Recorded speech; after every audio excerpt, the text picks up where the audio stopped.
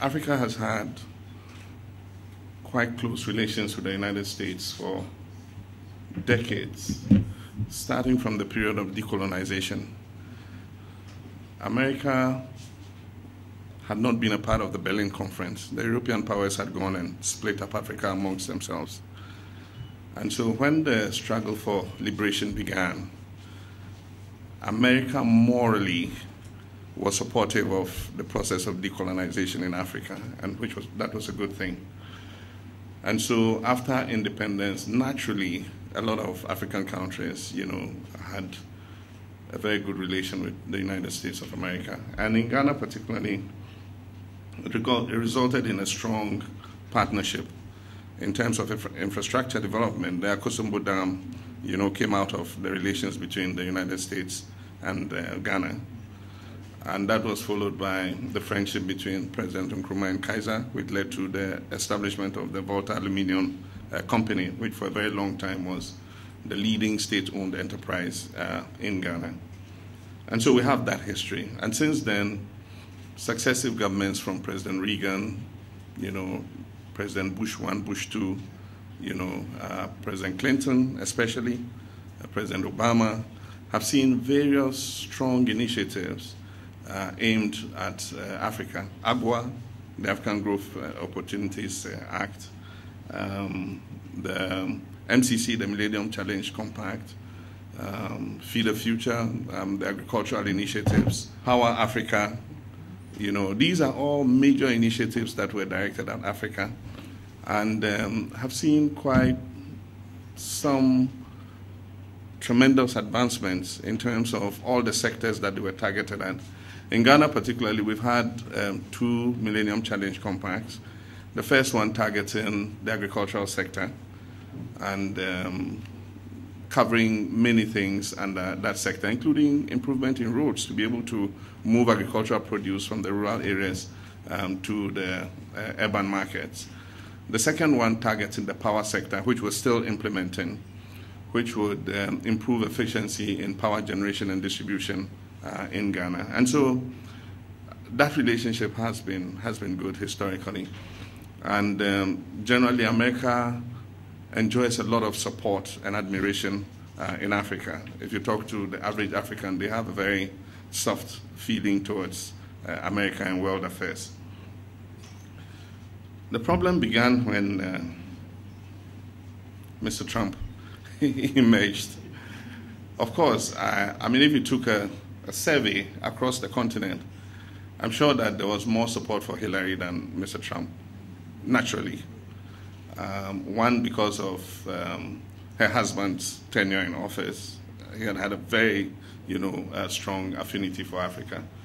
And secondly, because she herself, as Secretary of State, had, worked tirelessly towards crafting the Obama administration's policies towards Africa.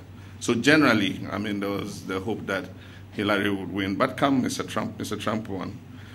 And we didn't despair. We hope that, I mean, once in office, the rough edges will be smoothened so that he would become a good friend of Africa. Unfortunately, friends of America are beginning to despair. Not wholly because of the invective he used on us, but I mean, of course, that put off a lot of people. I think it was most unfortunate. But also because there are, like you yourself mentioned, almost 2 years into his administration, no substantive senior officer dealing with African affairs, and no substantive Secretary of State for Africa. That's a position that has always been filled fairly quickly, and whoever is appointed begins that, role of making the relationship as close as possible. And like you yourself said, I mean, very few high-level visits, and the anticlimax of Secretary of State Tillerson being fired when he was airborne somewhere in Africa didn't go down very well with a lot of us. But aside from that, the danger is U.S. is losing its leadership and relationship, not only with Africa, but with much of the world. U.S. has been the leading world power, and most of the world has looked up to the U.S. in times of crisis. That appears to be changing. President Trump, when he was inaugurated, said, "America first." And I guess that's what he's living up to. But what you do is you abdicate soft power, and there's no price or value you can put on that soft power. If you're going to be methodical and transactional in dealing with your relationships with the rest of the world, then you lose the value of that soft power that everybody has had, always looking to America when there's been, issues to deal with. And so that's one of the problems. Another is trustworthiness. I mean, everybody's beginning to despair whether it's worth entering into an agreement with America. Right now, Kim Jong-un is negotiating with President Trump. I mean, what if tomorrow somebody gets elected and tears up that agreement? That is a major concern. I mean, the whole world came together and fashioned out the climate change agreement. I mean, you should have seen the excitement. I was there, and when the agreement was signed, I mean, we all gave a standing ovation. Everybody was happy, held hands together. And just one change of administration, and, America, which was one of the major prime movers in helping get this agreement, walks away from the agreement. And so any agreements that are signed, what is their value in terms of, America sticking to those agreements? I mean, look at the Iran nuclear deal. You might not like it, it's not perfect, but in the circumstances, it was the best that could be negotiated. You might want to improve it, but to just tear it up and walk away, what guarantees that Kim Jong-un have that if he reaches agreement on denuclearization, tomorrow America will not walk away from the agreement? These are all questions that everybody is asking, and I think that that is something that we need to look at. But what is more worrisome now even is America is quarreling with its traditional allies. I mean, I can't understand what's happening between America and Canada, and NAFTA. Mexico, you say that Mexico has a trade imbalance of 60 billion with America. But that $60 billion has resulted in a net reduction in migration of Mexicans into the US, because more jobs are being created in Mexico now, and so they prefer to stay back home and not try to cross into America.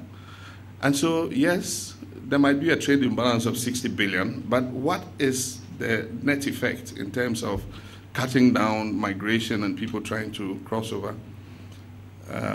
Recently, President Buhari went to the United States, and President Trump told him there's a trade deficit between US and Nigeria. And so that deficit must be balanced. I mean, what's Nigeria going to do? Nigeria exports oil. And so because you buy oil from Nigeria, yes, your imports from Nigeria are higher. But what's Nigeria's capacity to import more American goods in? Those are the things you must look at. And the point is that trade deficit is assisting Nigeria to continue to build up its capacity to be a country where its people can live in prosperity and dignity. And so if you ask Nigeria to address the trade imbalance, I just don't understand, what really President Trump wanted to say. But we don't despair.